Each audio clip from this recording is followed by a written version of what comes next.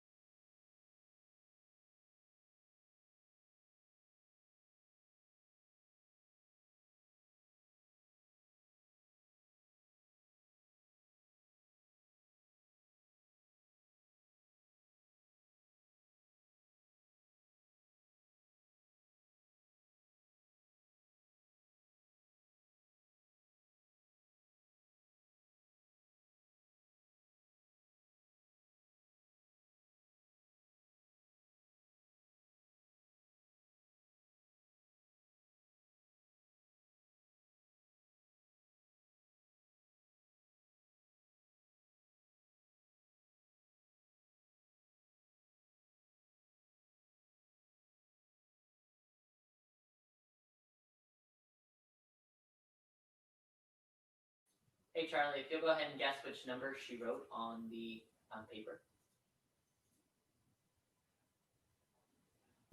I'm sorry, could you repeat that? Yeah, just guess what number Miss Cam wrote on the piece of paper.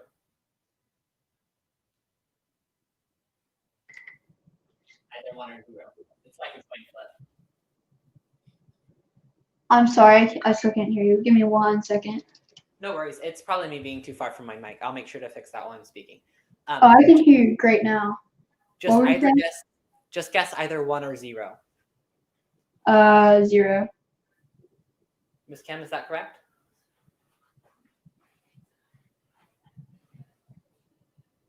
Alrighty, so you're going to be picking who debates on. So you're going to be picking your side, all right? I will take neg. Alrighty. Looks like we're missing a judge, so we'll get started in just a second. All right, sounds good.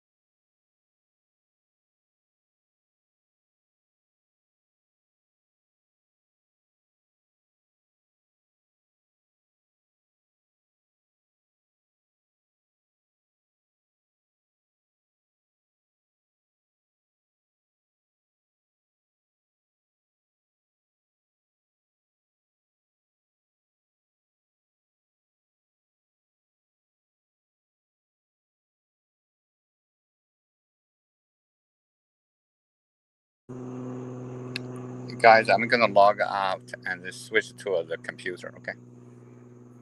All right, sounds good. All right, that sounds good.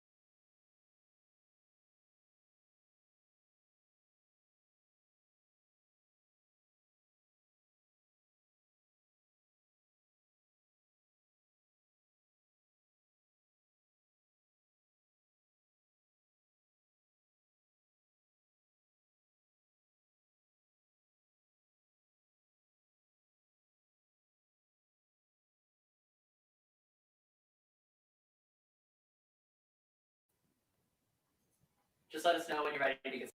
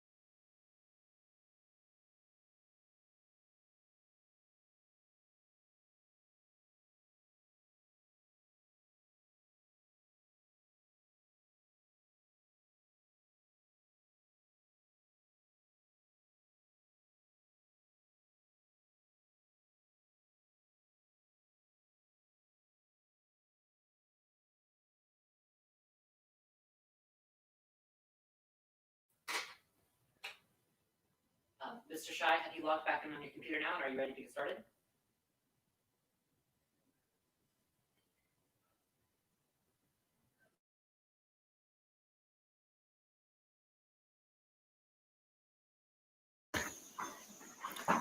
Hey, Kim.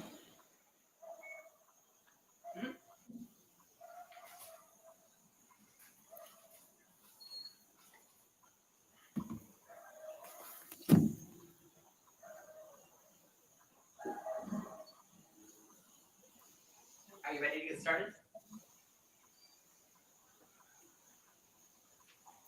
I think they said Sir? the new need a third judge.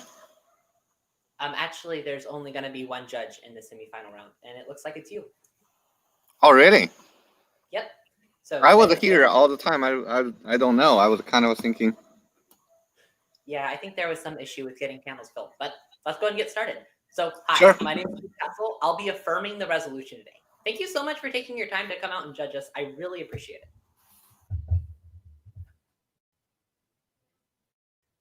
Charlie, do you want to introduce yourself?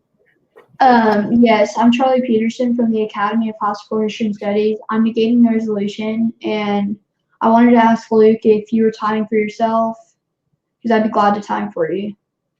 No, I'll time myself. Thanks.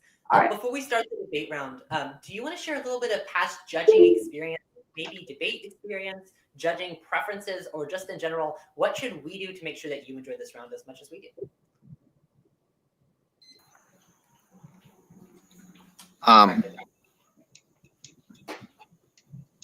That's a question for me. Yes, sir. Oh, I have been judged not too many times. This tournament the first time. Kind of I was judging in a tournament setting at our local club. I did judge many times, but not in this tournament. And today is the first time. I think I was in Charlie's early round once. So that's all. With the debate, I don't have a debate experience from myself. So. All right, thank you. That's very helpful. If you're ready, Charlie, and our judge. Yeah, I'm ready. You guys can start. Okay. I'm ready when you are. 6 minutes on the clock for the affirmative constructive, and I'll go ahead and get started. Imagine with me that there's a fourth person in this call. We'll call him James. He's a thief who just got out of prison. He turns on his webcam and starts ranting about how wrong it was that he was in jail for 20 years just for one small bank robbery. Frankly, no one would sympathize with James because he violated someone's property rights, they put him in jail for it, and now he's out and just being complaining. Because the simple fact that people deserve a basic right to property still rings true in today's debate round, I affirm our resolution. Resolved. Protection of intellectual property ought to be valued above open source innovation. Let's start by framing the debate in two quick terms. My first definition is that of intellectual property, which Oxford English Dictionary defines as, quote, a work or invention that's the result of creativity, such as a manuscript or design, to which one has rights and for which one may apply for a patent, copyright, trademark, etc. End quote. My second definition is that of open source, which American Heritage Dictionary defines as, quote, open to public participation as in the sharing of information. End quote. Here's the conflict. Protecting intellectual property means we recognize people's rights to control their creations, even if they're giving it away. Open source innovation means we give up the control of information and release it completely into the public domain. Now, I also have one point of resolutional analysis. I'm going to ask that you write it on your flow as enacted by government. There's only one actor that's capable of changing the standards on intellectual property. That's the government. No matter how hard a business campaigns for intellectual property or open source innovation, unless the government makes a major statement on it, we're unlikely to see a large shift of change. I'm not saying to ignore the private sector, but we do need to note the largest mover and shaker in our debate resolution and focus our discussion on what fulfills their moral obligations. Now, in order to decide who wins a Lincoln Douglas debate round, you need a value. The value is the end goal of what we're trying to obtain. I present the value of the right of exclusion.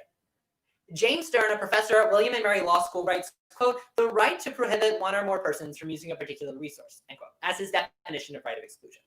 See, it's a really simple right. It says that the rights holder gets to control whatever the item is. You use it all the time. When your child or grandchild comes up and says, hey, can I borrow your phone? Regardless of your answer, you're exercising your right of exclusion, your control over that item. Now, there's two reasons I want you to use this as the value in our debate round. Go and write down the first reason or value link as essential to property rights.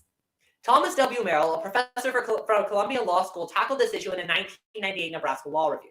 Quote, the right to exclude others is more than just one of the most essential constituents of property. It's the sine qua non, which is Latin for something that's absolutely necessary. Give someone the right to exclude others and you give them property. Deny someone the exclusive right and they do not have property, end quote. Think of it this way. I can tell you that you use the pen you're using to flow this debate round as many times as I want. But if I don't recognize your right to keep my opponent from taking it, then I don't really recognize your control over the information. If we don't value the right to exclude, we can't uphold property rights. Here's the second reason I want you to use it as our value. Go and write it down as moral imperative. Any moral system first has to prioritize fundamental human rights. John Locke defines human rights as life, liberty, and property. Let's focus on that last one. Remember, if we don't have a right to exclude, we don't have basic property rights. If the government says you have the right to own a house, but also anyone who wants to come in that house, we're going to force you to let them in and put them up, you don't really own a house. My parents can loan me their car, but I don't have an exclusive right over it, therefore I do not own it. This was actually an issue in 1776 when American soldiers forced citizens to quarter them. So in the Third Amendment, we said that was morally not okay. All of these reflect a culture that values basic human rights, and they have to put the right to exclude first. If we don't, society will morally crumble. So now that we know how we're weighing our round, we need to prove the resolution true. I'll have two contentions to do just that. And you can write down my first contention as open source innovation ignores the right to exclude. Definitionally, open source hates the idea of the right of exclusion. See, the idea of open source is the idea that no one owns anything and everyone owns everything. We share information freely and through as many channels as possible. That requires us to unconditionally forego our right to exclude. Let me illustrate with an application. Application 1, Oreo's Big Sibling. Now, according to Olivia Henry, an economic specialist who wrote an article on January 18th of 2018, detailing how the Oreo concept was actually stolen by the producers. See, in 1852, two brothers created a company called Hydrox. It had made a cookie with 2 layers of chocolate and cream in the middle. And people loved them when they debuted in 1908. So did another company. In fact, in 1912, Nabasco came out with the Oreo. But because the Hydrox brothers weren't able to exercise their right to exclude, the Nabasco company holds the trademark. The Hydrox brothers were ruined by millionaires who removed their right to exclude. We can't have open source innovation and the right to exclude, as holding a right to exclude makes open source innovation impossible. So how do we uphold the right to exclude? Well, that's my second contention. Protection of intellectual property upholds the right of exclusion. Thomas W. Merrill, that same professor from Columbia Law School, wrote another law review where he said, quote, the law with respect to intangible rights and intellectual property is, if anything, even more striking to the degree to which property rights and the right to exclude go hand in hand, end quote. In fact, the Supreme Court ruled in 1984 in Ruckelshaw versus Monsanto Co. that the United States would continue to recognize intellectual property as having a right to exclude. I don't have a specific example here because protection of intellectual property isn't really something we put in the news. People come up with ideas, we legally protect them, and businesses make them. They go on to make money for themselves and do amazing things for society. But if we don't value the right to exclude, we remove our ability to value basic property rights. Let's hold to the status quo and stick with what works. Valuing intellectual property upholds the right to exclude, which is what allows society to function.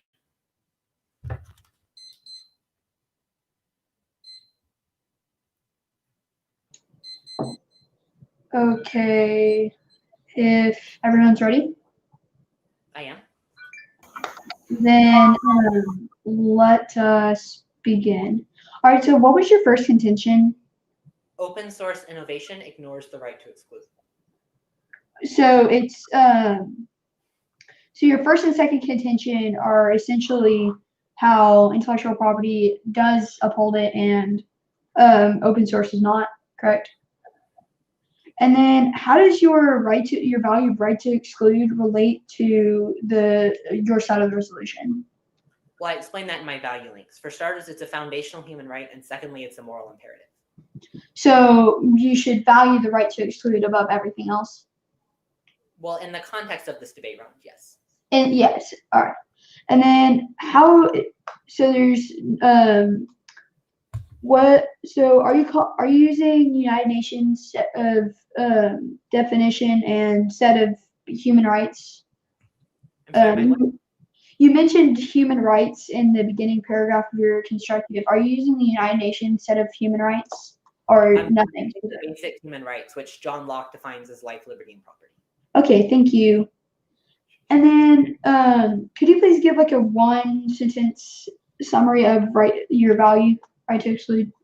Yeah, the right to exclude is the idea of being able to control things that you own. For how long? Well, I believe that anytime you buy a book, you should be able to own that book. There's not a term limit on it. So you're saying that a creator should be able to own their product? If someone puts labor into something, spend hours creating it, and has financial investments as well as their own stability landing on it, then yeah, they should be allowed to own what they make. So you had an example of the Oreo. Mhm.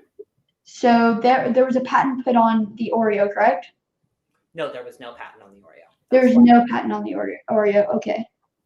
So then, how does that relate to your support of intellectual property protection? Well, remember, intellectual property is just a work or a result of someone's mind. So it relates because intellectual property is the idea that you own your information, and it was violated in this instance. So it's the result of, all right. And then, sorry, what was your source on your second definition? For my second definition, that one came from the American Heritage Dictionary. American Heritage. Okay, thank you. And then how does the right to exclude an intellectual property, do you need justice to exclude and have the basic rights to exclude, to the right to exclude? You don't. Justice is actually external to rights. They're different measuring systems. However, government has stated many times that they prioritize rights. The right to exclude promotes rights, not justice, because that's a separate moral system. All right. No further questions. Okay.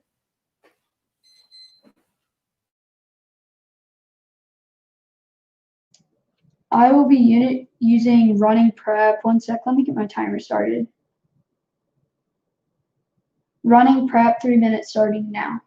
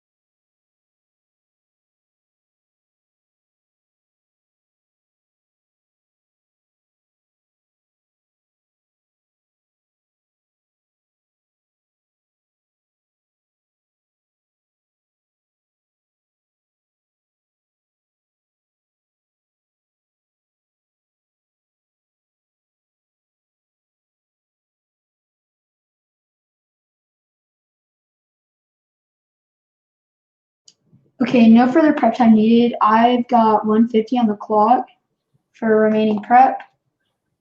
And if everyone's ready, we can get started. If my judge is ready. Yeah, I'm ready. All right, thank you.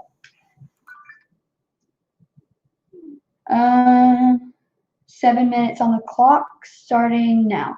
Where justice is denied, where poverty is enforced, where ignorance prevails, and where any one class is made to feel that society is an organized conspiracy to oppress, rob, and degrade them, neither person nor property will be safe. It is because I agree with the words of Frederick Douglass that I'm negating the resolution. Resolved, protection of intellectual property ought to be valued above open source innovation. The key word of the resolution is innovation. Without innovation, we can't have protection. Take home security, for example. A tripwire that signals a bell may have worked 100 years ago in defending your home from intruders, but these days there are plenty of ways to get around that, and now we have to use security cameras to record all activity. Without technological innovation, there is no protection at all. Now for the burdens. The affirmative logic is structurally oppressive. Even if some types of intellectual property are good, you can't just ignore the situations where people are oppressed. That's literally why oppression exists. People ignore the worse off and instead focus on the rich and powerful. This means me wanting one instance of oppression is sufficient to negate the resolution. 2. The resolution does not say intellectual property should usually be valued over open source innovation. Instead, the resolution is generic, meaning my opponent must defend intellectual property as a whole is superior, which necessitates that me winning that if it isn't always better, aka one scenario, is sufficient to negate. My value for today is justice. John Rawls said, quote, "Justice describes a society of free citizens holding equal basic rights and cooperating within an egalitarian economic system," end quote. According to John Rawls' theory of justice's first principle, it is that each person must have an equal right to the most extensive total system of equal basic liberty for all. Consistent with a single system for all, this includes basic rights like freedom of movement, expression, assembly, and property. In order to build a society, we have to have just builders. In order to sustain a society, we need just systems. A customer not being able to buy an invention for an affordable price is not a just system. Benjamin Franklin said, quote, "As we benefit from the inventions of others, we should be glad to share our own, freely and gladly," end quote. If Franklin had not shared his inventions with the public like the stove, lightning rod, or bifocals, we may not be in the position we are in now by being able to cook our own food at home. By putting a patent on a product, we are oppressing the public and therefore not permitting just systems. The reasons to agree with justice are the following. All of their values implicitly concede the validity of my values, because saying we ought to have their value implies that we are entitled and deserving of stuff, which means we ought to be given what we are due. 2. Justice is a side constraint, because even if an action is beneficial to a society, we shouldn't pursue that action if it is unjust. For example, slavery did wonders for our economy, but that doesn't mean slavery is permissible. 3. Justice is applicable in literally every scenario, because humans are always deserving of something. Whether it be the entitlement for others to treat you with respect or the entitlement for the government to protect your safety, this means that my value is much more robust and comprehensive. My criterion is utilitarianism. Utilitarianism is defined as the greatest good for the most amount of people. According to the utilitarian, justice requires the maximization of total or average welfare across all individuals. My opponent may bring up the argument that saving 6 but killing 4 is utilitarianism, but this is simply not the case. It is like measuring a stick then calling the stick a ruler. It doesn't make sense. Utilitarianism is the ruler, and justice is the thing that is being measured. If we measure a society and it does not line up with the definition of justice that I provided, it is not the greatest good for the most amount of people, and therefore a flawed society. My first contention is patent abuse prevents people from buying prescription medication. Branded drug prices have increased by 68% since 2012, according to accessiblemeds.org. This means that drug prices will continue to go up and continue to increase the structural oppression of our society. Subpoint A, no alternative. When a patent is put on a product for many years, there is no alternative, and that is where it gets its name, the name brand product. This product is often far more expensive and limits the amount of people who can purchase because of limited supply, which makes no alternative. Patents may benefit one individual or entity, but doesn't benefit the majority of the public, which requires the greatest good, therefore oppressive. Subpoint B, oppression. Throughout my framework, I have continued to hit on the point that intellectual property protection is oppressive to consumers. They are overpriced and have a limited supply, therefore only benefiting the rich and powerful, which are the inventors who didn't feel the need to help sick people treat their illness. Again, if Benjamin Franklin hadn't shared his ideas, there would have been even more oppression. Contention 2, my final contention. More hands create better work. The negative side creates more jobs for the public, which has been a crucial thing in the current state of our world. More people have had to work from home than ever, and there need to be easy ways for people to make money from their home computers, and open source is the best option. With a wide variety of options to create things, you can build a huge company just for some open source software. Say a developer releases open source software for the public to use. Another person comes along and adds to it and makes it better. And then another does the same. And now there are layers of work from many different people and therefore creating better ideas. And it's for all these reasons that I deeply urge a negative ballot. I will now move on to attacking my opponent's case. My opponent's value of right to exclude is also on the negative side. The negative says both are equally valuable, so you don't get rid of intellectual property, meaning people still possess the right to exclude. But the the negative side is supporting open source software, and it's giving consumers an easy way and an affordable price on products that companies release. My opponent never gave a clear answer to how long something can be excluded. I understand that it's not just to take an idea, but then my opponent never gave an answer like, how long is this patent protection going to last? Is it going to last forever? Is it going to last lifetime of the inventor? My opponent wasn't giving any clear answers to my questions. Then my opponent's first and second contention are essentially the same thing. Because the first one is saying that open source cannot fulfill innovation or cannot uphold right to exclude, and second being intellectual property can uphold right to exclude. But open source actually can. You can exclude people from this because it is not on your say I release some open source software. Someone comes along and adds something to it. Those things are not going to be on my computer. Therefore, it is still my property, and it's not necessarily being stolen, as my opponent is trying to make the judge think. So nothing is being stolen in this situation, and there is a right to exclude, and there are basic rights on the negative side. No rights are being taken away. And it's for all these reasons that I deeply urge a negative ballot. I now send over for CX.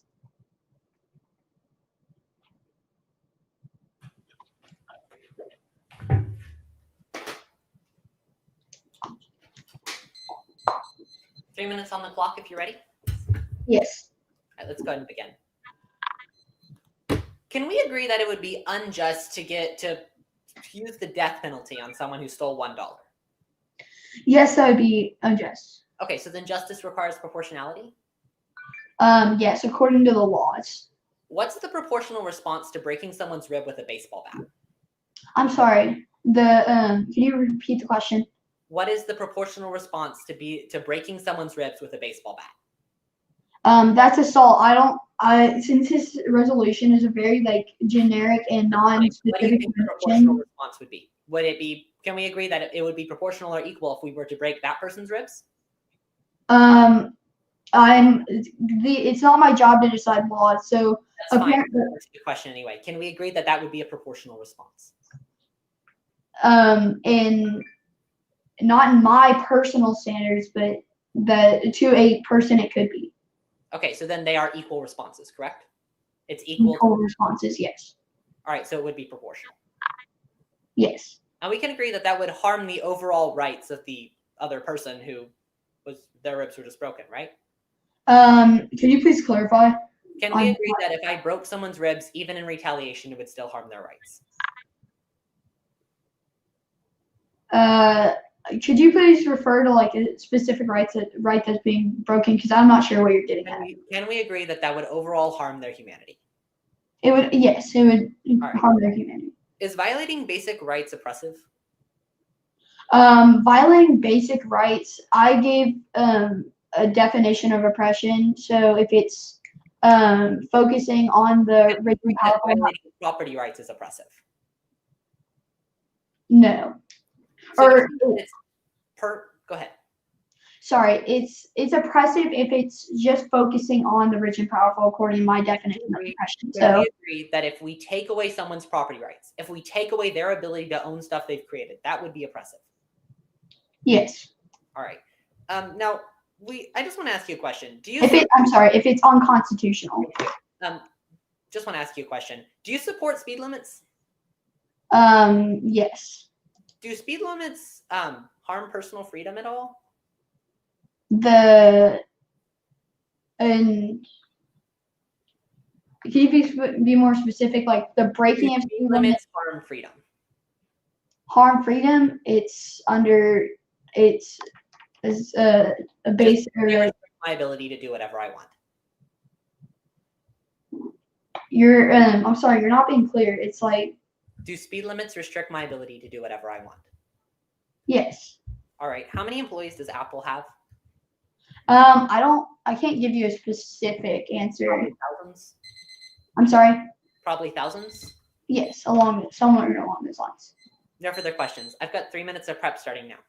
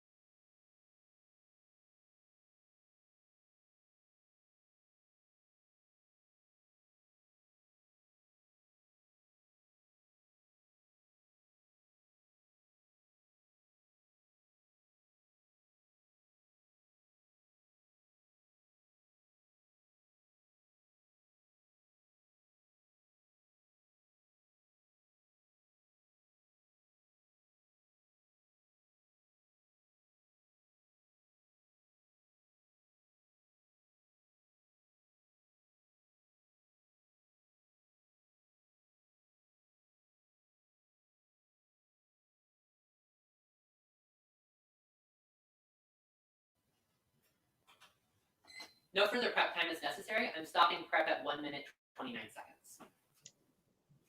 Sounds good.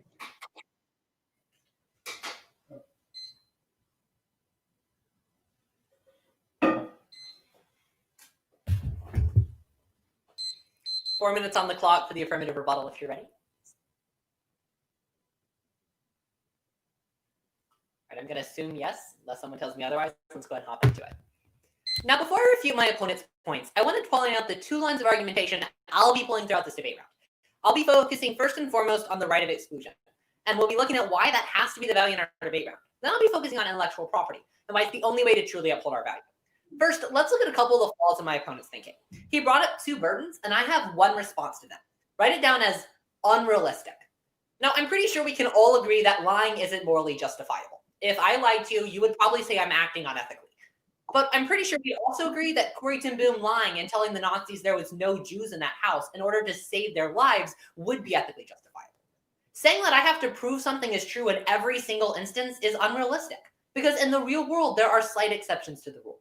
I need to prove that it is normally better and that it normally upholds my value, not that 100% of the time in every freak accident it does. Now, next he presented his value of justice, and I'm going to have two responses to this one. Write down, first and foremost, unmeasurable. Now, we addressed this just a little bit with the brick and broken ribs example within cross-examination, but justice requires proportionality. That means that it requires us to do exactly what's the same. But whether or not that's correct isn't really applicable. See, here's the problem. If I was to break that person's ribs in retaliation, some people would say I'm acting right, and some people would say I'm acting wrong. There's no set defined rules what justice is, so we can't use it as the value in our debate round. But if that's not enough, here's a second response. Harms rights. Now, I asked my opponent if acting proportionally in that instance, if fulfilling justice would harm their overall humanity, and he said yes. In many instances, justice degrades overall humanity. Therefore, we should not use it as the value in our debate round. Reject the value of justice and use the value of the right of exclusion instead. Now, let's move on to addressing, I'll just go skip over his value link since we already refuted justice, and let's move on to his criterion. My response is reject external. This criterion is external. It measures what is economically good and what does good for the most amount of people. However, that's not always morally justified. In many instances, helping lots of people could be helping the wrong people, such as killing a person to serve a cult. Now, next, he brought up his first contention, which is that patents prevent people from buying medicines, and I have two responses. First, no warrant. Now, he talked about how prices are going up, and he also talked about this issue of how some people's incomes aren't going up, but he never presented a clear, specific warrant saying people actually aren't able to buy medicine. That's because it's untrue. Until he can provide a warrant saying this actually happens, reject it in our debate round. Second response, covered. The reason he can't provide that warrant is because insurance within the country, covered by the government, makes sure that people are able to purchase these medicines. Therefore, it's a non-issue. Next, he brought up this idea of more hands equals better work. My response is non-unique. Apple has thousands of employees, and they're an intellectual property company. With intellectual property, we just hire people and get that same benefit. He brought up the idea about how both of these were equal in response to my value. My response is mutually exclusive. We can't use both. Therefore, we need a standard for which one makes ones better. My second response is dropped value. He never truly refuted my value, so you're using it in the debate round. We'll touch on that in just a second.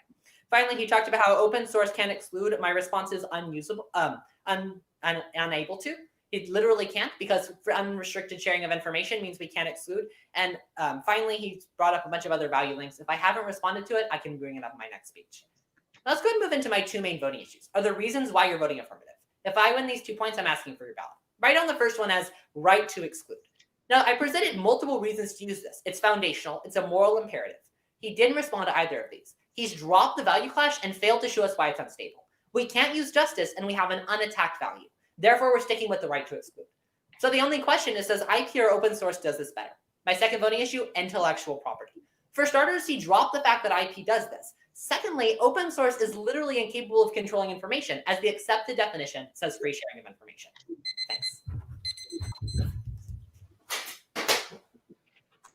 I'll be using the remainder of my prep, which is 150. 1 second to get that my timer. Starting now.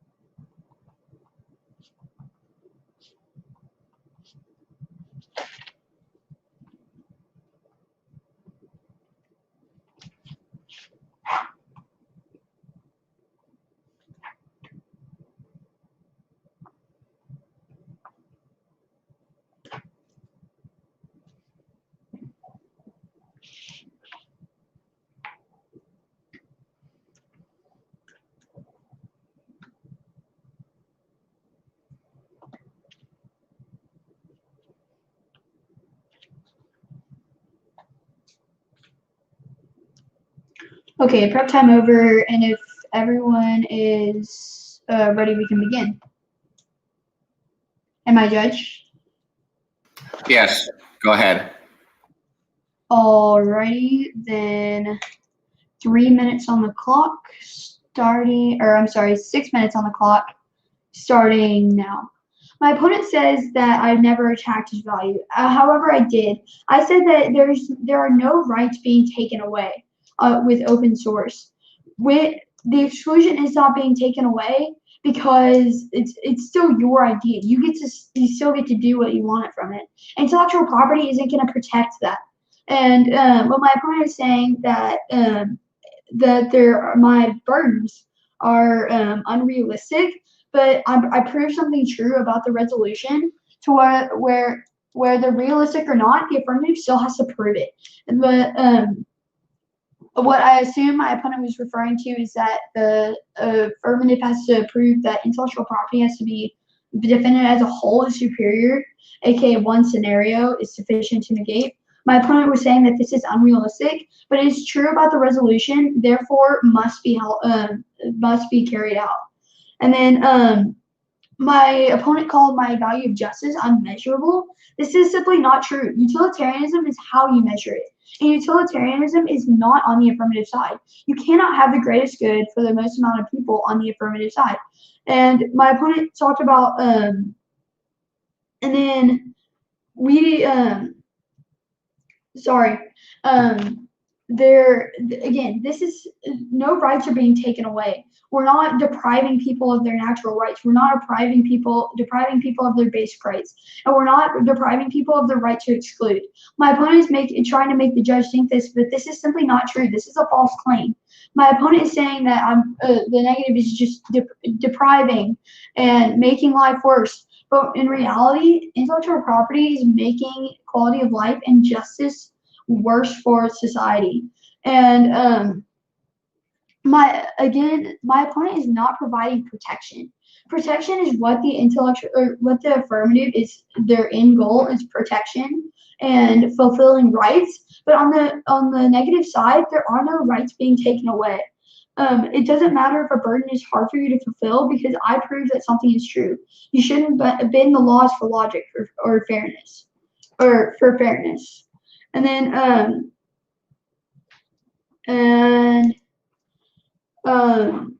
again, I did respond to their value was not dropped. I said that there's nothing taken away. That's not and then right to exclude it again is still on the negative side. And their first and second contention is just stating what their entire constructive stated is that there's just that open source apparently does not uphold the right to exclude and that intellectual property does. But I have already proven to my opponent that this is not true, that open source actually keeps those rights and therefore taking down his entire case. I have proved that my opponent's value is actually not a true claim against the negative. Therefore, I've taken it down. And then my opponent said there was no warrant or evidence on the medications actually being harder to get. I do. So insulin, there's an insulin company who released insulin, but then put a patent on it. Diabetic patients were not able to get this for an affordable price, therefore oppressing society. And my opponent has never attacked or never said that the negative isn't actually oppressive, but the affirmative is very oppressive and is focusing on the rich and powerful to protecting companies like Apple, who is one of the biggest companies in the world, when we should be protecting the small businesses. When these small businesses aren't making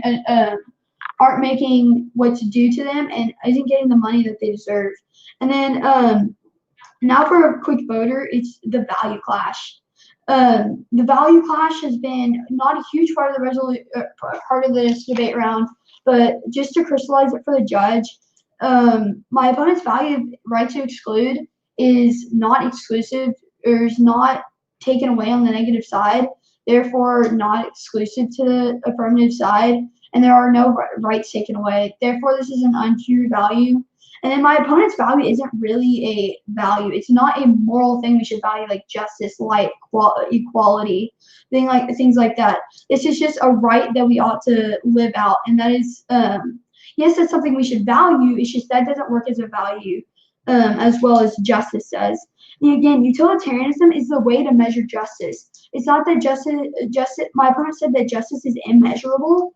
Well, it's not, because utilitarianism measures the greatest good, how good society is, which my opponent has failed to see. And then my last voting issue is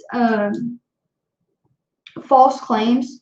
My opponent has made false claims throughout the whole debate round by saying that the negative takes away our right to exclude people from our ideas. But when we make an invention or a software, release some software, and it's open source, it's not like changed. It's on someone else's computer. It's not taken away from the original inventor. It's just on someone else's computer, and they can do what they want for it. And my definition of open source is downloading software which is freely and accessible, and it's freely and may be redistributed. It's not someone's able to go on another person's laptop and completely changing their idea. It's becoming the other person's idea. There are no right to exclude being taken away. And it's for all these reasons that I deeply urge a negative ballot. All right, I have 1 minute and 29 seconds of prep remaining. I'll take a bit now.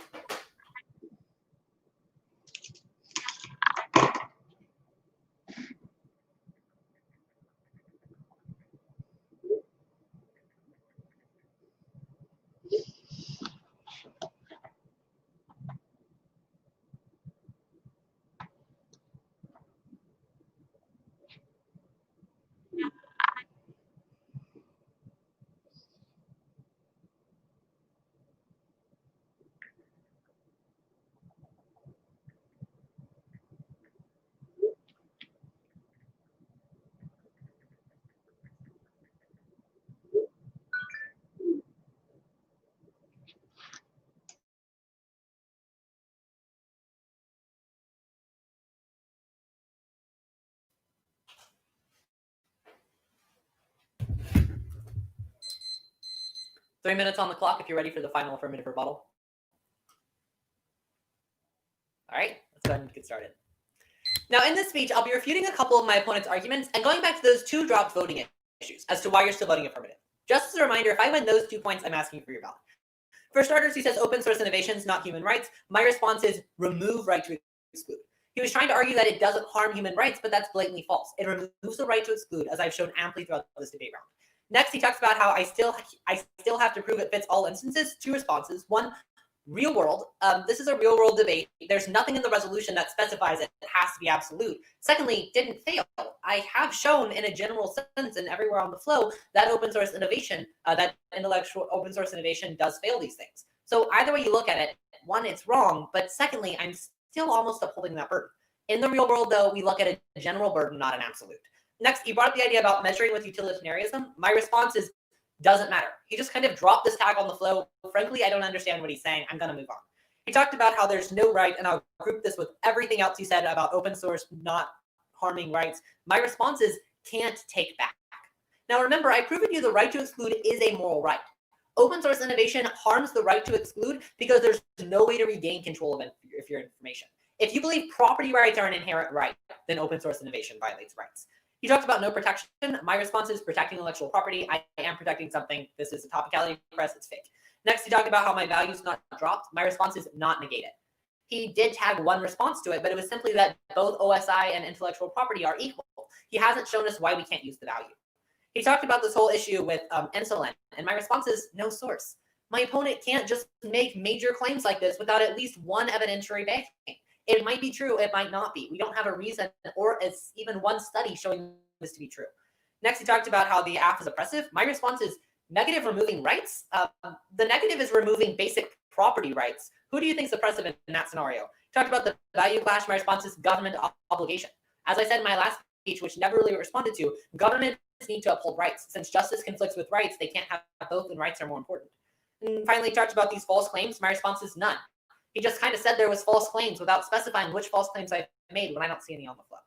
Now let's take a second and move back to those 2 voting issues. You can write down the first one as right to exclude, or RTE. Let's cement this into 2 main points. First, property rights. Now, as I've said multiple times, and my opponent never negated, you need the right to exclude to have basic property rights. Remove the right to exclude, you don't have property rights. Secondly, government obligation. Now, I've been saying all debate round that governments have an obligation to uphold life, liberty, and property. Impact, governments use affirmative value. Now, remember, he dropped my resolution analysis, saying we have a governmental actor. That means that governments are morally obligated to select the right to exclude. So the only question is who fulfills it better. My second voting issue is intellectual property. Open source innovation is the freely sharing of information. We can't freely share and have a right to exclude. Intellectual property provides it, and we're voting affirmative. Thank you so much. I really appreciate your judging. Yeah, good round. Thank you. Yeah. Okay, guys. I will turn in my ballot shortly, and I don't know other. I guess I was surprised. Originally, I saw it's just 3 judges. Sorry, my understanding of that part is wrong and delayed a little bit. But good luck with final round. Okay. All right. Thank you. Okay. Thanks Bye. for coming Saturday. Okay. Bye.